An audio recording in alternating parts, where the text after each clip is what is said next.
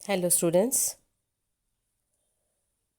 श्रीमती वीणा, सह आचार्य रसायन विज्ञान, श्रीमती नर्मदा देवी बिहाणी, राजकीय स्नातकोत्तर महाविद्यालय नौहर, जिला हनुमानगढ़। एल्केडाइंस के चैप्टर में आज का टॉपिक है cycloaddition reactions, specially Diels-Alder reaction of 1,3-butadiene। तो बीएससी पार्ट फर्स्ट में आज के इस सेशन में हम चर्चा करेंगे Diels-Alder रिएक्शन 1,3-butadiene की, जो बहुत ही महत्वपूर्ण अभिक्रिया है। साइक्लो एडिशन रिएक्शन के नाम से भी इन्हें जाना जाता है। तो साइक्लो एडिशन रिएक्शन क्या होती हैं, पहले तो इसको समझना बहुत ज़रूरी है। साइक्लो एडिशन रिएक्शन यानी चक्रीय संकलन योग अभिक्रिया। तो साइक्लो एडिशन रिएक्शन में दो या दो से अधिक असंतृप्त अणु, अनसैचुरेटेड मॉलिक्यूल, आपस में योग करके एक साइक्लिक कंपाउंड बनाते हैं और अभिक्रिया के परिणाम स्वरूप प्राप्त होने वाला उत्पाद और उस उत्पाद में जो अनसैचुरेशन या मल्टीपल बॉन्ड की संख्या रिएक्टेंट मॉलिक्यूल में उपस्थित डबल बॉन्ड या ट्रिपल बॉन्ड की संख्या से कम होती है। तो साइक्लो एडिशन रिएक्शन की एक बहुत ही महत्वपूर्ण अभिक्रिया है, वो है डील्स-एल्डर रिएक्शन।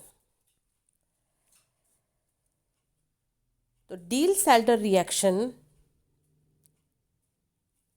संश्लेषित कार्बन रसायन की एक अत्यंत महत्वपूर्ण अभिक्रिया है,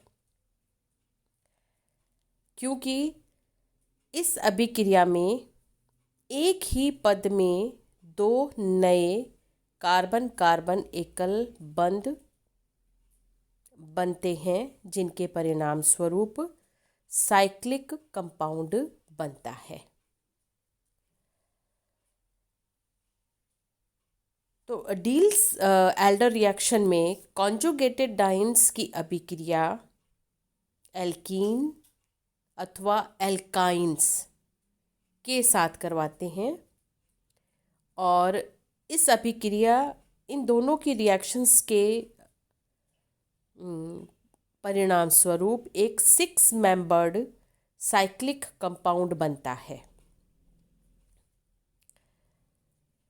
इसीलिए इसको साइक्लो एडिशन रिएक्शन भी कहते हैं, क्योंकि इसमें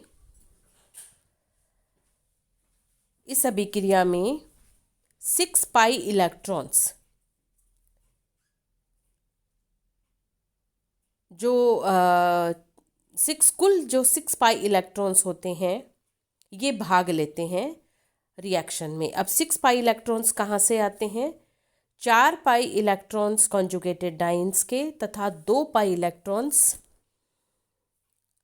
सेकंड रिएक्टेंट, वो एल्कीन है या अगर एल्काइन है तो वहाँ से 2 पाई इलेक्ट्रॉन मिलते हैं और इस प्रकार से कुल 6 पाई इलेक्ट्रॉन्स अभिक्रिया में भाग लेते हैं।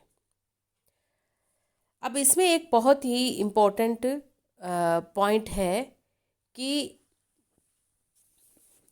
इस अभिक्रिया में कॉन्जुगेटेड डाइन्स के अलावा एल्कीन भाग लेती हैं, तो इस एल्कीन को डाइइनोफाइल कहा जाता है। डाइइनोफाइल।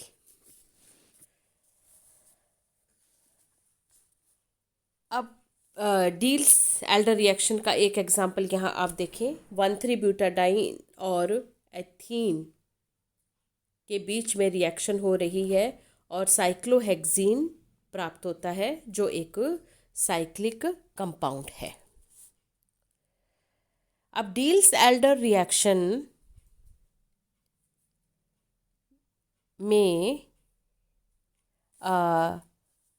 डाइन्स नहीं, यानी जो डाइइनोफाइल है उसका डाइन पर कॉन्जुगेटेड एडिशन होता है। मैं पुनः रिपीट करती हूँ कि इस अभिक्रिया में डाइइनोफाइल का डाइन पर संयुग्मी योग है, जिसमें क्या होता है, पहला पॉइंट, 2 पाई बॉन्ड डिसअपियर हो जाते हैं। दूसरा पॉइंट आता है इसमें कि 2 नए एकल बंध बनते हैं।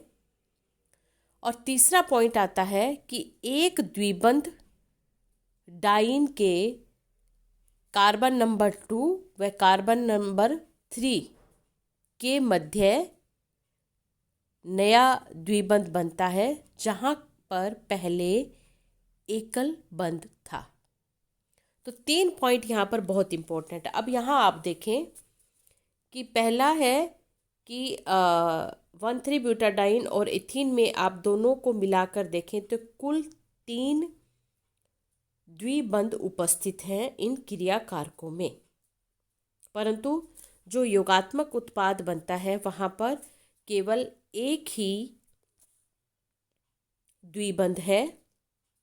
तो इस प्रकार से 2 पाई बॉन्ड डिसअपियर हो जाते हैं तथा 2 नए एकल बंधों का निर्माण होता है।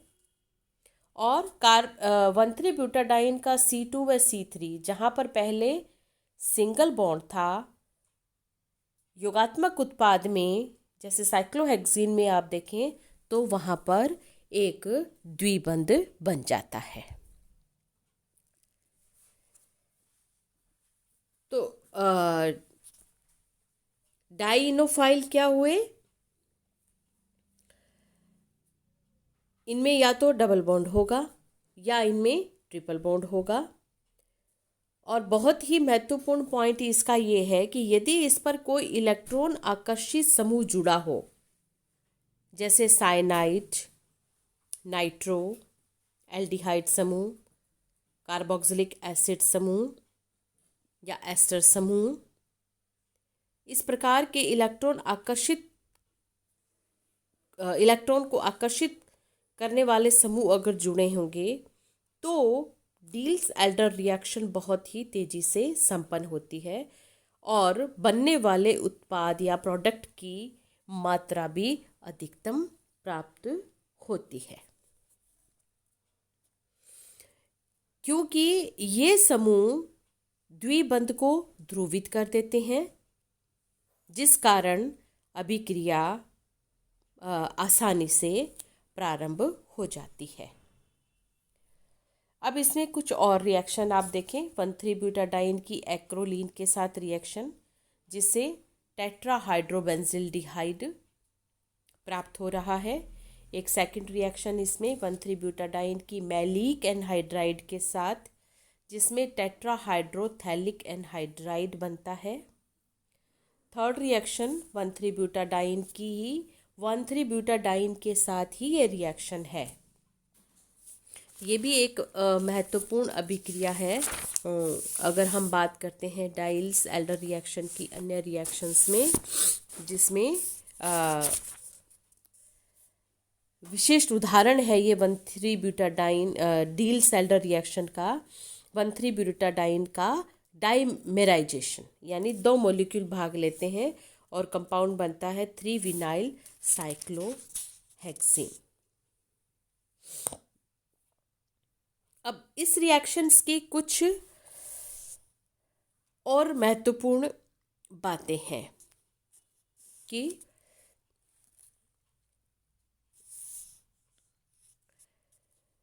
इस अभिक्रिया में किसी उत्प्रेरक की आवश्यकता नहीं होती,